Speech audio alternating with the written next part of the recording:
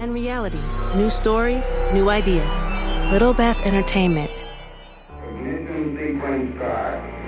6, 5, 4, 3, 2, 1, 0. All engine running. Welcome to The Rocketry Show. All right, lift off and the clock is started. Yes, sir. Reading loud and clear. A podcast that is all about advanced and high-power rocketry. Amateur-built rockets, starting at mid-power to higher-power versions that can reach the edges of space. This program is hosted by the team who love the smell of burning ammonium perchlorate in the morning. Here are CG, Gheem, and model rocket guy, Jesse U.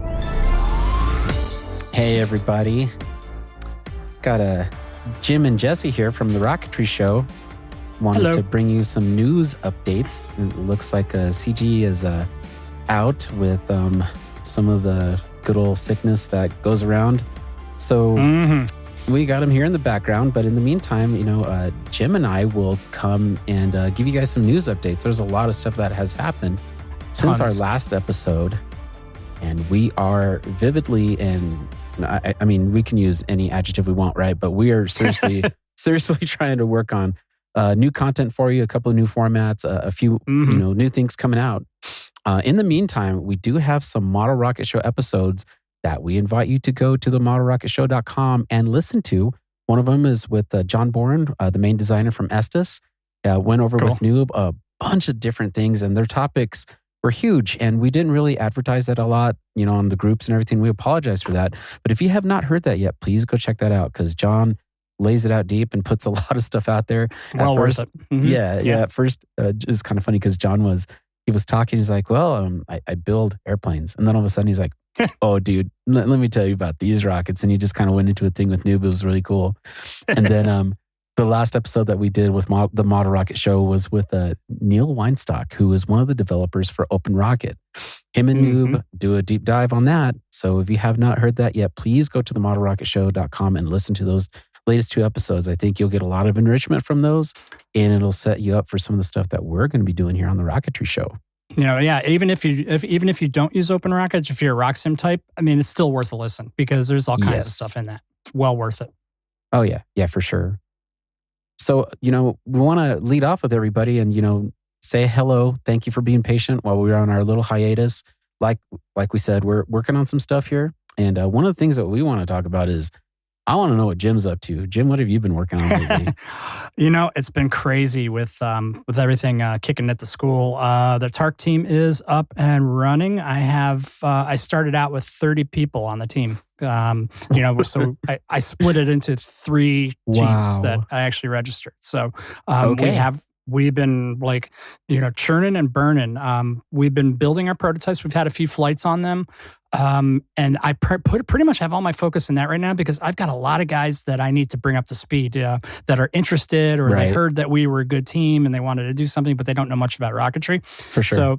So I'm spending a lot of time, I'm having them, make their basic Astras and, doing some small models just to get their feet wet. But it's kind of cool watching the older guys are kind of taking them under the wing, and they're kind of teaching them stuff. And we have all of our prototypes. We have a good amount of prototypes. And we have some great initial data. So we're pretty excited. And I think they're actually thinking it through. As a matter of fact, there's one of the design teams is actually doing some electronic stuff. And I'm not going to go too much into details, but it's a way of assuring that the altitude is where it should be. And it involves, let's just say it involves drag. And I can't go into too much more details, but there are actuators, Arduino, and some other pressure sensors and things that measure stuff. And then at a certain point, it'll do something. Now, whether that actually gets used in our TARC contest rocket, that is still up for grabs. But I wanted to give the guys some advanced stuff to work on, and they really want to try it.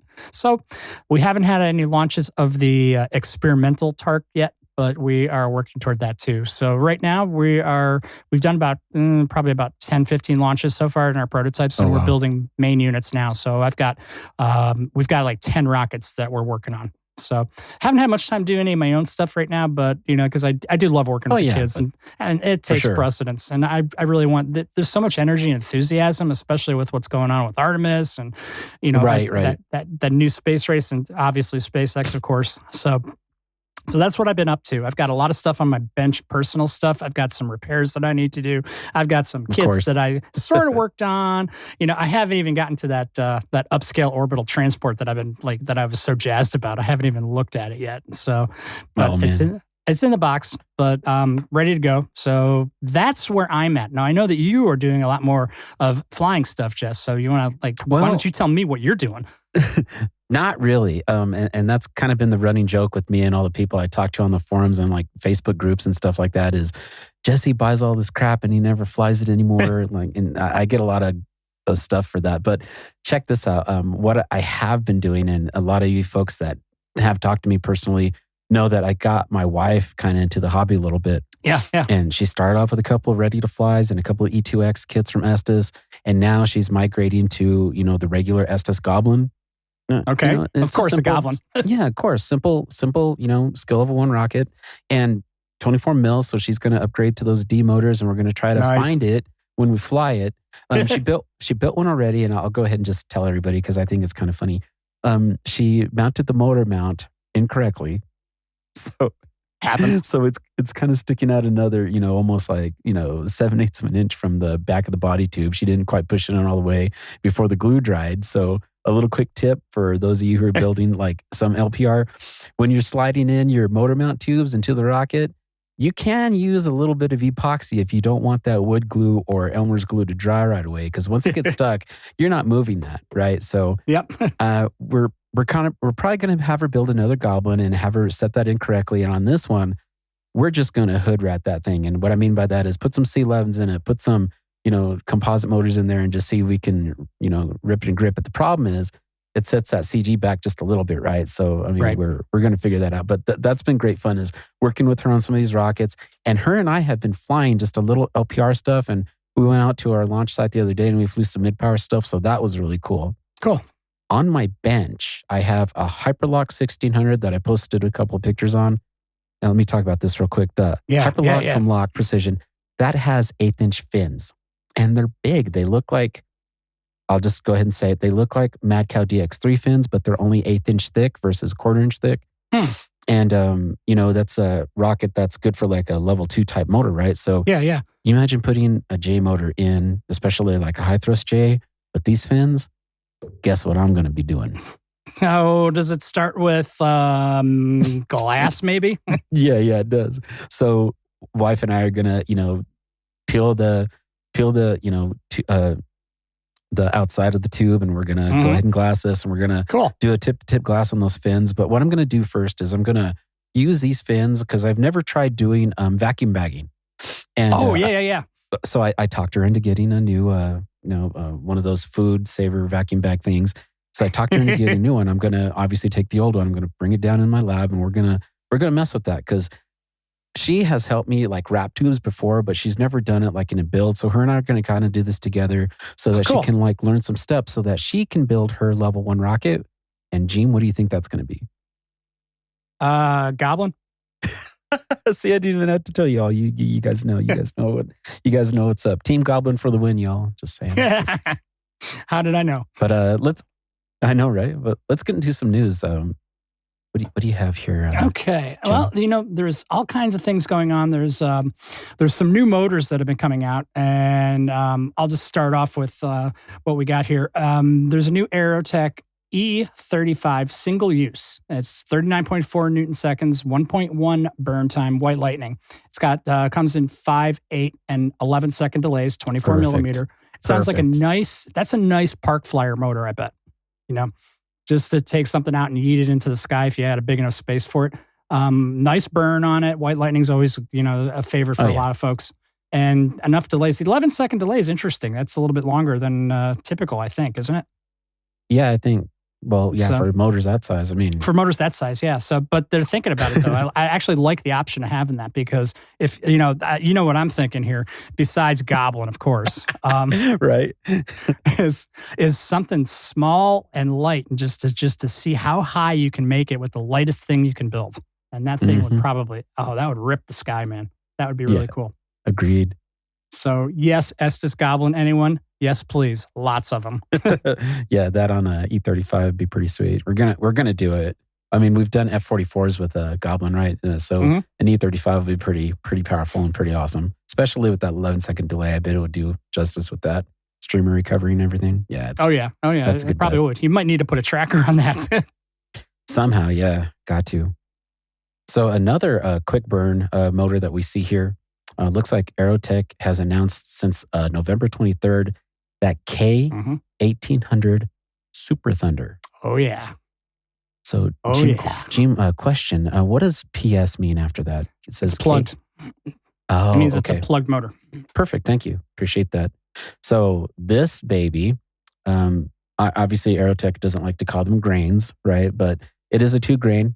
It looks like it's going to be in one of those soda can cases on one of the 75/25/60 hardware cases. Yep. That's cool. I 75 like it. millimeter, guys. Mac Mhm. Performance, some Wild Man kits. I mean, I'm just saying. I have a couple of kits that I'm thinking of right now. Your Interceptor probably. Yeah. Oh yeah. 1.4 second burn time. That's the first thing I mentioned.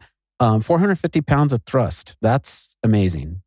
That's a beautiful Yeah, kick that's- off the pad. So if you have like a 4-inch Wildman, that thing would just rip off the pad, man. Yeah, I love that. Okay, we'll keep our eyes posted for that one. Now, do keep in mind that it's plugged. So that means there's no delay. You need your electronics, which you'll probably use anyway, but just Right. we want to say that though. So, Okay. and the reason Got it. that they plug those motors is a lot of times because of the thrust in the Super Thunder, I think, and I could be wrong. I mean, Gary, if I'm wrong, call me out. But it's plugged for keeping the pressure, so it doesn't, so it's a lot more reliable. So you're going to need your electronics, but you probably already know that. I'm anxious. Anyway, so moving on. AAA Motor Testing has certified the Classic Enerjet by Aerotech E24C Classic and the F67C single-use motors. Really? Yeah, these Okay. are modern and improved versions of the original smokeless composite propellant motors that were first introduced to the model rocketry market in 1971 by Century Wow. Engineering. I mean, this is cool for all you old schoolers out there. You got your motors back if you want them. Yeah, there you go. They will join the previously released F52 Classic motor to complete the Classic Enerjet by Aerotech Triad. Ooh, that's a fancy Wow. word.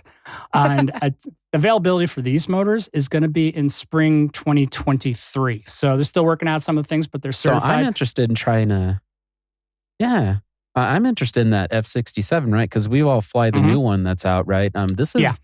the Enerjet Classic. That's okay. So you're talking like a yellow flame and not a lot of smoke. But there's also a characteristic sound to the classic motors that I've understood. I've never seen them fly, but that's what I've heard in my travels, that they've got a certain sound that you'll know, Hmm. and that orange, kind of that bright orange flame, and not a lot of smoke. I'm intrigued. Oh yeah, that's going to be cool.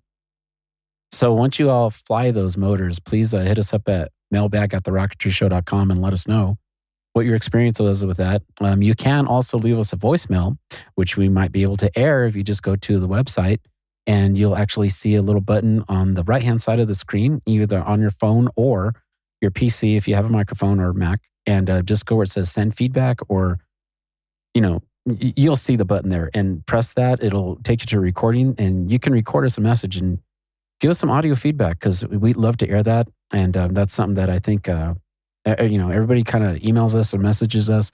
Send us some voice stuff, guys, because we'll certainly use Absolutely. that.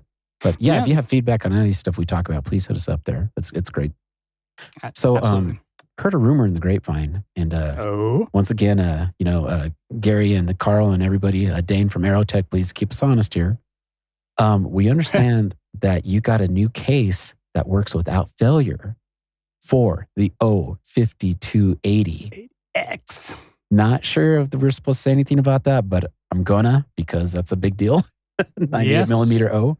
It is. There's been a lot of people that flown those and had some issues. And, there's been a point where they didn't necessarily recall them, but they kind of just told everybody to hold tight. Got something else coming for you. It sounds like they got the stuff coming for you. So those of you that have a motor that's purchased, I mean, keep your hats on. Looks like you might hopefully see some of that soon. I mean, that's exciting news. So congratulations at Tech for getting that worked out. And, we hope to see those motors in the air. That's amazing stuff. I have yet to see one of those fly. And I want one. As soon as it was announced, I'm like, I need this. I want it. So I've been trying to save some pennies for it, which hasn't been too successful, but not successful yet, but I'll get one eventually.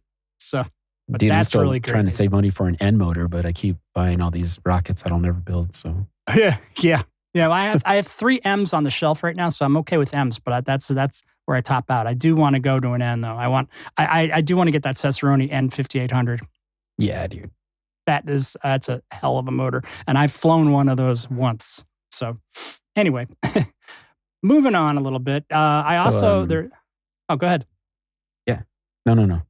I was going to say there's also some news from Featherweight about the new Blue Raven. It's almost ready and it should be out pretty soon. So I don't know a whole lot about that. I don't either. Okay, because I mean, you search the grapevine. I hear about it from like Conway and those guys, but I need a little bit more info. So once again, all those who have some inside track, let us know, feedback. Yeah, I'd really be curious to see what that Blue Raven's going to do. I mean, Featherweight makes some great stuff. Their hardware is awesome, and their electronics are very tight. So I want to see what they're going to come up with for that. So, just so you all know, around the time of this recording, I'm just going to drop it. It's around the beginning of December. So we all just, had Thanksgiving. So hopefully all of you had a good Thanksgiving. That very next day, lots of stuff happens, right? You get good old Black Friday and Cyber Monday. And even on some of our vendors and some of our manufacturers for our hobby, you get a sale the day before Thanksgiving on that Wednesday. So let's talk about that. Jim, were you able to get anything from the good old Wildman sale that came out?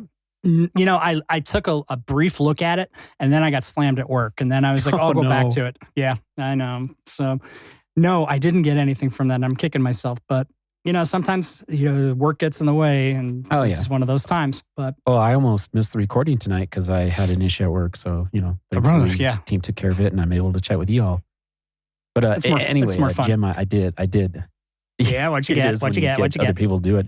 No, I did take advantage of the Wednesday sale from Wildman, and I ordered myself a 6-inch Ultimate Drago. Ooh. Yeah. Nice. So I'm going to be hitting up good old Mark from Sticker Shock and seeing if he can make me a design for that. And I plan on building that and flying that on some kind of a 98 mil-ish motor sometime in 2023. You know what I'm going to say about that. Y'all can make fun of me. That's fun, but what's that? I'm just going to say M4500. 3300? 4500. Okay. Well, actually, there is the M6800. I think it's the. Oh my gosh! Yeah, that's a new one that came out a while back. But right. Well, I just barely got myself a 98 10240 case. So I just barely got that case. So I was trying to do like an M2500 or something initially, but I might have to save some pennies and get another one of those 6-grain cases and see what that does for me. Well, you already have the closures. All you have to do is get the tube, right? Just get the tube. That way. Yeah, you're right. 100% right. And I was talking to Conway the other day. I got 3 stainless steel 98 millimeter forward discs. I have no idea how I acquired these, but I have them. So I got that. And you're right. Now I got 2 sets of enclosures. So yeah, all I need to do is buy case. Thanks for the tip. Oh, glad to help. Other holiday sales. Steve from Launch Lab Rocketry is doing 12 Days of Christmas. So is Estes. So for any of y'all that want to go and look at regular stuff online, I think they're both like on day 8. Now, by the time this actually airs, those sales will be over. But throughout the month of December, there's going to be a lot of vendors that still have sales. So make sure that you support your people now that we have the stock to do so. And don't forget your Estes ornaments. You guys have to make sure that you get those. You just have to. Launch Lab Rocketry has some ornaments, and so does Apogee. Apogee has one for this year as well, right? So even though these vendors don't necessarily do sales, right? They have different programs for you to accumulate points. Any of our, Sirius, And E-Rockets, I mean, they always have stuff on sale. Please make sure you go and check out their specials pages, because even though they don't like send out email announcements for some of that stuff, they still have it. So definitely go and check out everybody that you use. Chris's Rocket Supply always has, a way to do points. And I know a lot of people who use the points and they get some really cool stuff. So retainers are always something good to get that you always forget. It's like, oh, I got enough points to get one of those. There you go. So use your points as you can with all these different vendors. It's definitely going to help. I just started, quick aside, I just started 3D printing 29mm motor retainers for my TARC team. And I'm testing them out and they seem to be working okay. So it's kind of cool. Yeah, I've been pretty impressed with some of the way that the 3D print stuff has been working for retainers. So yeah, that's good. Yeah, keep us posted when you start doing bigger ones like 29 and 38, because I know there's files out for those. So yeah, I'm interested in those. So please keep me posted on those, Jim. Absolutely. Yeah. The 29s are tested and approved and up to an F67 is our biggest motor that we've tried so far. But I want to try an I-205 with one of them down the road. Oh yeah. Just to see, Yep. That sounds good to me. So there's a lot of people that have some new rocket kits out. Yes. Why don't you start off on this one? What do we got on our list there? The Wild Man. One of the first ones that I see.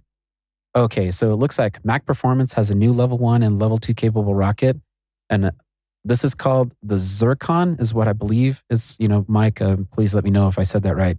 Looks like this is based off a Russian missile, 4-inch diameter, and it's got some really, really cool fins on this particular rocket. If you go to the Mac Performance website, you can see that. Also right now, we mentioned Sticker Shock earlier. Mac Performance has a deal with Sticker Shock right now where you can get the decals for $8 if you order that by, December 31st. So go take a look at Mac Performance and, make sure you hit up Sticker Shock and, those guys to, make some of your decals for your stuff, whether it be anybody, right? Absolutely. I mean, that Sticker Shock has done such a great job over the years, and we want to make sure that their library is huge. Yes. Oh yeah. Their library is huge. So they have a library of, for some reason, of the Archer in various sizes, going all the way from BT-55 all the way up to 8 inches. It's kind of cool. And you've built every one of those sizes in between, right? Well, yeah. Well, that's where the library came from, I think. So awesome. That's good. But also, Wildman's come out with a couple of good things too. They have the 3-inch Journey available, which you can also get at Apogee for. It's a great level 1 rocket, 38mm motor mount. And what's cool about this is it's available. You can either get your normal plastic nose cone, or if you want to go filament wound fiberglass, that is also available for this kit. So there's an option there. Cool. And I like that. So Wildman stuff is solid, as we all know. But I like options because sometimes, you could modify the plastic nose cone to carry, GPS or something, or you could do the fiberglass. But sometimes you need a lighter nose cone. So that actually is pretty cool. I like that option and save a few bucks if you go that route. So I'm going to drop a little secret on that 3-inch Journey. There's another popular rocket that Journey is actually modeled after. So bonus points for you guys if you can guess what that is. Once again, send us some feedback, leave us a voicemail. Jim, I'll tell you outside, and we'll let everybody else guess. That's okay. Cool. Looks like, Wildman actually did release another kit after the summer. And I want to talk about this one because it's kind of cool. I got to see this particular kit fly at Airfest. And It was flown by our very own president of Tripoli, Bob Brown. It's called the DC Twin. Jim, check this out. This is a model, like an upscaled model of the Estes Gemini DC. Do you remember that one? Oh, yeah, I do. With the parachute. It had the vented tube, right? And it had the parachutes that came out of the back end of the rocket. Yeah. So does the Wildman version. Are you kidding me? It's pretty cool, dude. No way! Bob Brown flew this. It was awesome. It was a tremendous flight. He had 2 really nice parachutes made for that. And they look spectacular coming down. So if any of you guys got to see that at Airfest, Braden Carlson from Rocket Vlogs actually has a good video of that. So make sure you go check out his website, his YouTube channel. And you can, see Bob's flight for that. It was pretty sweet. I remember it.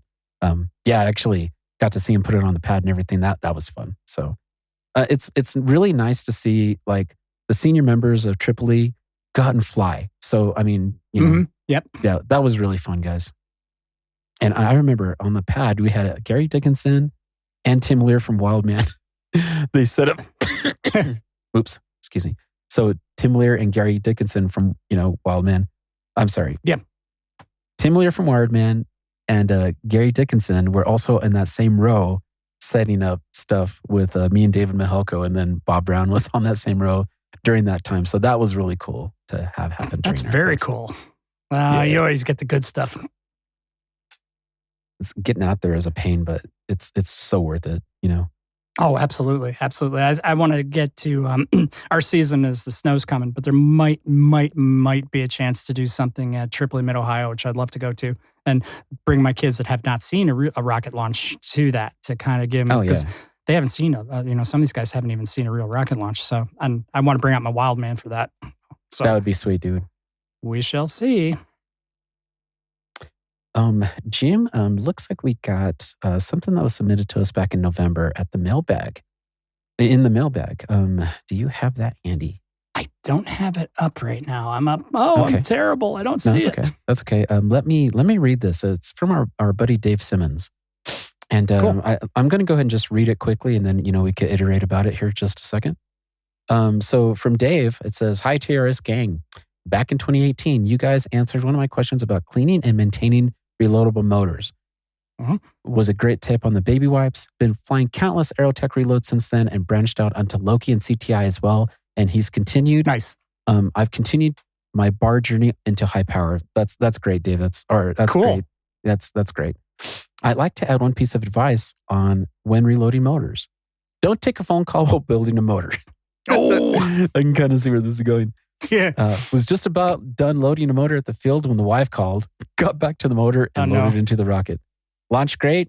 And then at Apogee, it arced over and I was waiting for an event that never happened. Oh, dude. We've all seen it. And my heart came in whistling hot ballistic into a wet swamp with chest-high sawgrass.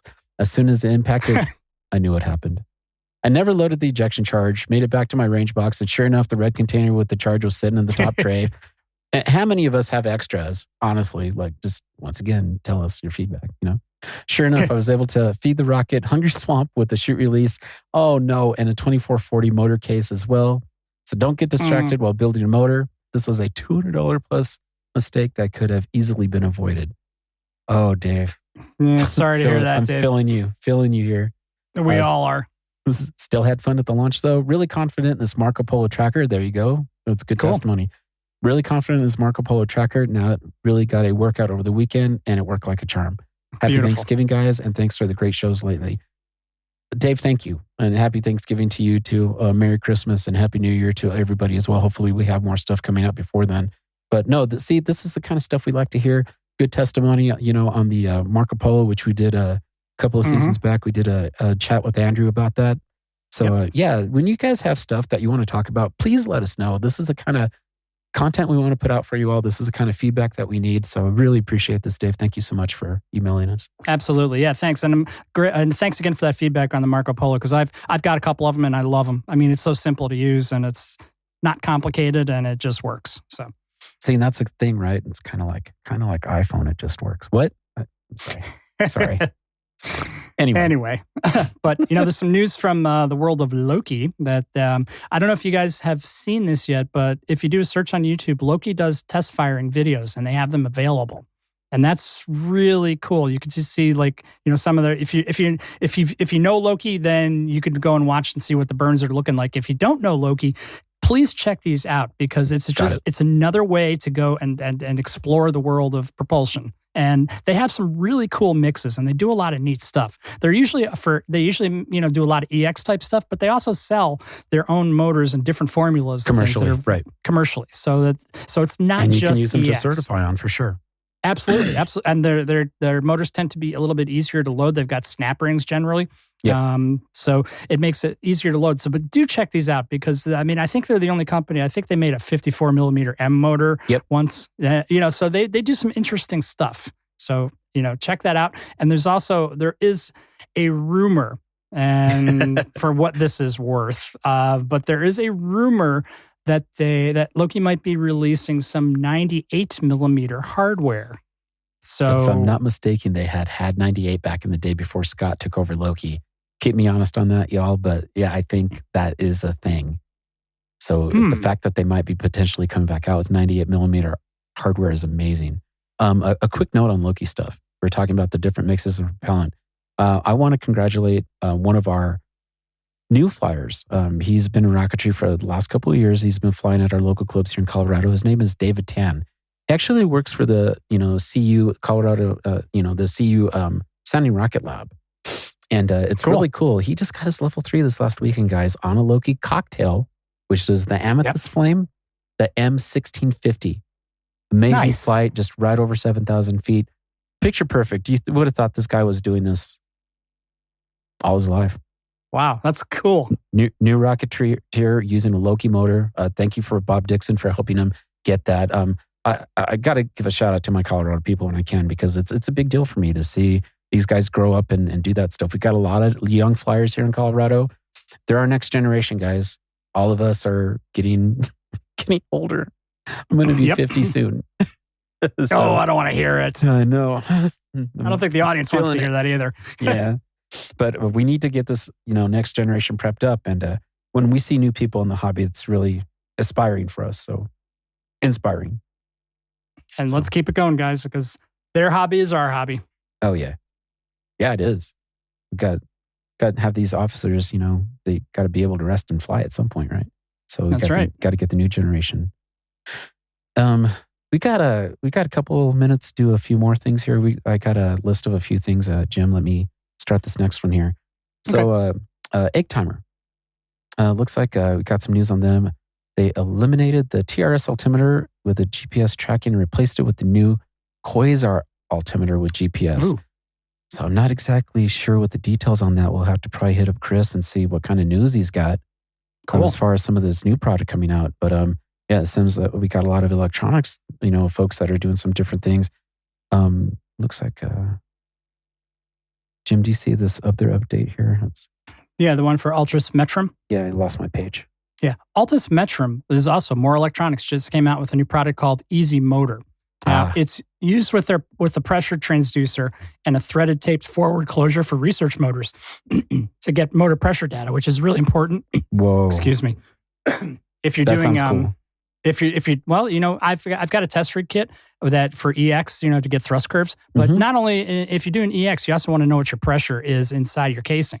Okay. That so you can like tone it down a little bit if it's too high pressure to prevent CATOs, right? So yeah. So you want to get that pressure. So it's got a threaded taped forward closure for research motors to get that pressure data. They've also discontinued the Easy Timer V1. Right. Version 2 will hopefully be out somewhere around February, we think, but it will have an onboard recorder function as well. At some point, Jim, we'll talk to CG about this too, obviously, but I did an interview with B-Dale that I'm actually going to try to edit down so we can put that out on some of the stuff for Patreon. Cool. So B-Dale is one of the main developers for Altus Metrum. And if you've seen B-Dale talk before, I believe Apogee actually has a couple of interviews with him. So you can kind of go and learn about some of the stuff that they were coming out with a few years back. And the upgrades that they're doing now with Altus Metrum are going to benefit, especially where there was a lot of chip shortages and stuff, after COVID and, 2021 and 2022, everybody's kind of been ramping up, getting some stuff back. Altus Metrum has kind of been within that fold as well. So hopefully they got some more new products coming out for our Rocketeer soon. So keep your eyes posted for them. That's pretty cool. Let me talk about this next one, this next bullet point I have, because this is something that I'm kind of holding close to my heart here. Have you heard of Dragon Rocketry out of Pennsylvania? I've heard of them. Okay. So Scott Kissinger is the main owner and developer for Dragon Rocketry. And Scott builds some really cool stuff. Now, he kind of does what I do, and I do my meshes of kits. So you'll take parts from Lock, you take nose cones from Mad Cow, you cut your own rings, you laser your own fins, or you CNC your own fins. You go and find, retainers that, why am I blanking on retainers? But anyway, everybody's got their favorite retainer that they use, right? I use a lot of Aeropack stuff. So does Scott. This guy made a 4-inch Sentinel upgrade from Estes. You guys remember the old Sentinel? Kind of looks like a Phoenix, but it's got the strakes on it with the big wide fins that kind of look like they could land on their own. Have you guys ever seen that rocket? We made a 4-inch version of that. I think you might have discontinued it already, but maybe send him an email and bother him, tell him that you want a Sentinel kit because it's under $200 and I ordered one. It's awesome. I can't wait to build this thing. His kits come with electronic bays too. So if you get your own electronics and batteries and whatnot, he actually gives you switches for them. He actually gives you the terminal blocks for them and some lead wires and stuff like that. So you can wire the stuff up. It's the most advanced. Cool. I'll take that back. It's not the most advanced, but it's the most like, I almost got everything you need except the electronics and batteries, electronics bay you'll see. Another kit that I bought that I have not opened yet is his Bluebird Zero upgrade. Now, Bluebird Zero was an Estes kit before. You can get those from Semrock, from eRockets. And eRockets also has the micro version of that. So that's the one that uses little Quest motors, those tiny, tiny ones. Yeah. I don't even know what 8 millimeter or something like that. But anyway, excuse me. Anyway, Scott made a Bluebird Zero. Let me start over. Scott made a Bluebird Zero upscale. That was 4-inch diameter. This thing is super long. Cool. And one of our buddies, Chris, over at our Score Rocketry group in Pueblo, Colorado, he flew one recently. It's amazing, man, because that rocket is so long. So it's almost Mean Machine long. But anyway, yeah. Our buddy Terry Dancer also bought a photon probe upscale. That's 4-inch version of that as well. And I think he actually did an unboxing video on one of the Facebook groups. So if you follow Terry at all, go check that out because he shows you what Scott from Dragon has done. So, Scott, I hope you're listening and, we appreciate your kits and these upscales are fantastic. So thanks for your work, man. Cool. I guess I got to go and find them. Look online. You got a point here that looks like you should take it because it's one of yours. So, if you all have been following Facebook and the Rocketry Forum, God, I don't want to mispronounce his name. A lot of you guys have seen some of the posts and updates from Kip. His last name is DeGretis, I believe. DeGretis? Okay. And Kip, I apologize for butchering your name, man. But this guy, amazing flight, 293,000 feet, guys. Woo-wee. That's almost double one of the last records that we saw, right? Built everything himself, research motors, 2-stage. The YouTube video for this is fantastic. And it's got a ton of views. If you guys want to see a cool flight, go look him up. Just look up Kip D and then put in the 293K flight and you'll find it on YouTube. At some point, we want to talk to Kip to get a little insight, like what goes into this. Like even just talking about your nerves doing a flight like that, that's crazy. I mean, he built it all by himself. Did he have a team help him or do you know? I don't think so, man. I think this was all Kip. Wow. Obviously, he had a lot of mentors, right? I mean, I can almost probably see some Jim Jarvis people, talking to him. But I mean, I'm just saying, like, that's incredible. If you follow Kip from Rocketry Forum, you'll see some of the work that he had done in the past and what aspired him to get up to this. We also had earlier this year, we had our buddy Noah, lives up in Alaska. And a lot of you folks have probably seen some of his posts too. Did another flight just right into the stratosphere, guys. I mean, the amount of work that some of you guys are doing is just phenomenal, incredible. And it's not something that you always have to go to BlackRock to do. I mean, this is stuff that guys are doing like literally in their own backyards. And, congratulations to you guys doing all those well over class 3 flights. I mean, this is incredible stuff. I mean, I aspire to fly an N. And you guys are over two staging stuff to 300,000 feet. It's insane. So yeah, that's good stuff, guys. And if you do that, just make sure your waiver's in place though, okay? Or, work with the proper authorities to get your permissions to fly. That's important. Please make sure that our hobby stays self-regulated. So that's important to us too. That's right. I had to throw that in safety. There. Yep. And all about safety. But that sounds like there's a lot of cool research stuff happening, I think Joe Hill, we interviewed him last season, right? He flew an O motor on his rocket that he has been working on for quite some time. So go check out his posts on that. That's some important stuff too. I believe that was a research motor that he worked on. So, Joe, congratulations on that. And obviously keep us honest, correct us if we're wrong. But, any of you guys doing research motors right now? I mean, at Airfest, there was so many. 40% of those flights were research motors, guys. Good. The work that you guys are doing is really, really inspiring. It really is. So, yeah, that's really cool. You know, I mean, it's good to know that research is alive and well and doing some amazing stuff, because that's where I'm headed right now, you know, but I'm like slow progression and blah, blah, blah. But this does inspire me to go, okay, let me pull out that Mixmaster blender and start playing around with stuff. Oh, for sure. I know that Conway's been making motors. I know that obviously Eric Kaimberg makes a ton of motors. James Russell wants to get back into doing that stuff. One shout out that I do have is for our prefect for SCORE down in Pueblo, Colorado, our local club. His name is Brian Hastings. Check this out. The weekend before Airfest, he gets his level 3 certification at our local club on a commercial motor. Mm-hmm. The next week, or at least like a couple of weeks later, it was, you know, pretty... It was like the next... Airfest was the next flight. So I think it was 2 weeks after. Okay. This guy goes out and flies an N-powered Sorbitol motor on the same rocket that he got his level 3 on. What? Once again, go to Braden Carlson's vlog for Airfest and go check that out. The Goblin is huge. It's like an 8-inch diameter Goblin. It looks like probably an 8-inch diameter fuel grain too for that Sorbitol. Yeah, it's at least a 6-inch. But oh man, I'm just saying, watching that flight now, they had a little bit of a delay before he got it off the pad. So he was a little concerned that his sugar was going to start to melt, which I could totally see, you know, in the electronics sitting out there in the hot sun in the Argonia, Kansas weather. But it went up. It was gorgeous. I got to see that. Very proud of you, Brian. All you guys doing this kind of work, you know, please keep doing it. Please keep teaching the new people. Keep our hobby alive. Do it safe. Keep us regulated. You know, NAR and Tripoli is there for a reason, you know, but man, you guys are killing it. That's really cool. You know, I've got one of my students, I'm mentoring him. He is doing some sorbitol testing. He's trying to optimize, awesome. You know, his sorbitol. And we're making sure I'm safe, because I mean, this is high school we're talking about, but sure. He's doing it the right way. And it's really cool because I'm learning too. I know a little bit about sugar motors from my talking with the friends out at FAR, but, you know, but it's cool to actually see it, because we're thrust testing, because we've got the rig to do it. So we're getting data, and, you know, and it's kind of cool to take him through that journey, because I'm on the same journey. So very cool stuff.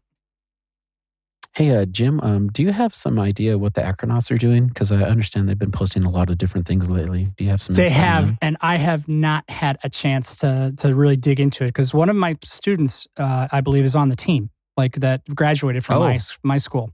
Oh, wow. So I should probably talk to him and see if I can get him on the show, actually. Yeah, let's bring them back on. And then, you know, one of the things that I want to talk about that I didn't get a list for, we'll say this for the next episode maybe, is all the launches happening in 2023. Tons of stuff already, you know, getting scheduled and coming, you know, to come into our calendar soon. So I got to wrap up for all the launches I'll be able to try to attend with my wife this next year. I know that NSL is back in Colorado this year. You know, obviously we got Airfest. LDRS is going to be coming to the Lock Hood. They're going to be up in nice. Yeah, I think they're going to be going to Wisconsin. So, yeah, that one I may be able to get my butt to finally. Well, I am ordered to go. I mean, what is it? Dave, Jason, Mike, and Stan from Lock. Yeah, you got to come. You just got to be here. You know, and that's Eric Kaimberg's backyard. If you guys have never seen Eric fly, Eric's a monster, y'all. I'm just saying. He's very cool. I've seen that dude put up, you know, motors easy, like nothing. So, yeah, and it's going to be at Richard Bong State Park, which a lot of you folks that live up in that area have been to. So, may not be, you know, the ideal place for really, really big launches, but it can accommodate quite a bit of stuff. So, you know, keep your eyes posted for that. You know, like most people don't go above 10,000. Yeah, absolutely. That's true. I mean, yeah, let's try to make that, CG, if you're listening in the background. Yeah, that's got to be one that, you know, might be able to do some on-site stuff with. I'm gonna get up there somehow, so I gotta go hang out with my boys. One more thing too, you know, Jay, Dave, Mike, and Stan from Lock. We need to bring you back on soon. You guys hear me say Mike? Mike is Jay's brother, and he's been with Lock Precision pretty much after we did our last episode with them back a year before last. So that was before, you know, you guys know that Lock bought BML? They bought public missiles. So since that happened, if you remember on our last episode that we had with Locke, Stan at the very end said, we got big surprises. Well, that was the big surprise. We want to talk to them about it and how they're bringing, PML back and some of the stuff that they're working on. So, yay. Tons of different things. We have a lot of episodes planned for you all this coming year. So, stick with us. We'll stick with it. There's only one bullet point left on our things that we want to talk about. So I'll probably just throw it out there. Hot Nozzle Society is doing another presentation for Narcon in January. Yeah, that's right. So they're, word out for a site to hold their event. They're also put the word out because they need a place to hold their event coming up soon. They're looking for some space. So anybody out there that knows Hot Nozzle Society, it's a group of young, eager, like up and coming rocket people. And they put on a great launch. They did one out at FAR, their very first one, and it was really a special event because they brought in people that didn't know much about rocketry, but wanted to do it. And they taught them and they mentored them and they followed safety and they had water on site and they took care of every little detail. And this is a great group because they're pretty much the future. So I'm looking forward to seeing what their presentation at Narcon is. But if you guys have a recommendation for a site to hold their next event, they're big, they do like one big event a year. Let us know or let them know. And you can go to their website at www.hotnozzlesociety, one word, .org, and then /FAQs. So they could use a little help if you know of a site that they might be able to use. Just let them know. And any club, collaborations, of course, would be welcome. Right. No, I understand that they always wanted to try to get the newer ones away from the East or West Coast, right? Obviously, FAR was on the West Coast. This last time, they had the Rocket Rodeo in Austin, Texas. Yep. So they had a few locals there. And, I think Jenna Kay, who's the director, she lives in South Texas, right? So she was able to get up there and work with some people to get some of the stuff done at one of the launch sites there close to Austin. So thank you for your help with all that. But if anybody has some different ideas, if you could use the event, go into your site, give them some details about your site because you might be able to have a national event there and, hang out with some people across the country. And Jenna does happen to work for NASA too. So she's a fun person to talk to. She's real. She's the real deal. Well, all of them are. They're all entry-level engineers in aerospace or just mechanical engineers and people that want to get into rocketry. And once again, we've got to train this next generation. And this is a start. So they're definitely a start for that. Woo, we went through a lot. Yeah, we did. I guess, hey, thanks a lot for being patient with us, guys. This is great to sit here and just go through all these bullet points and talk about this stuff with you. Please give us feedback. Please let us know there's other things that you want to hear. We're open to any ideas. We already have a few ideas this year that we're going to put to fruition.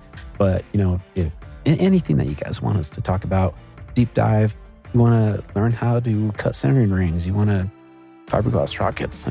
Give us some ideas. We'll figure it out. And if we don't know the answer, we will find out. We'll get it. Yeah, we'll get an answer for you. Yeah, we'll find out together. Well, and I would say, great job, team. And and this is why you don't hear me talking on this show. What?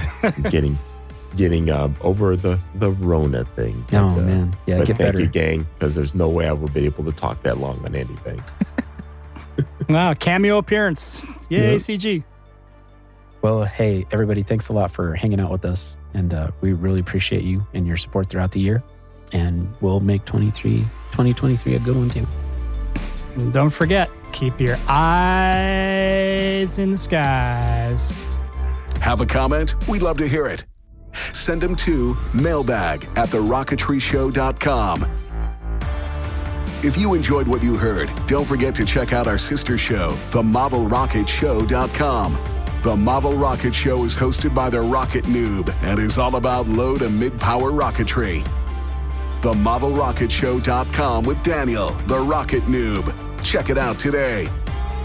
The views and opinions expressed on these programs are those of the participants and do not necessarily reflect those of Little Beth Entertainment or its sponsors.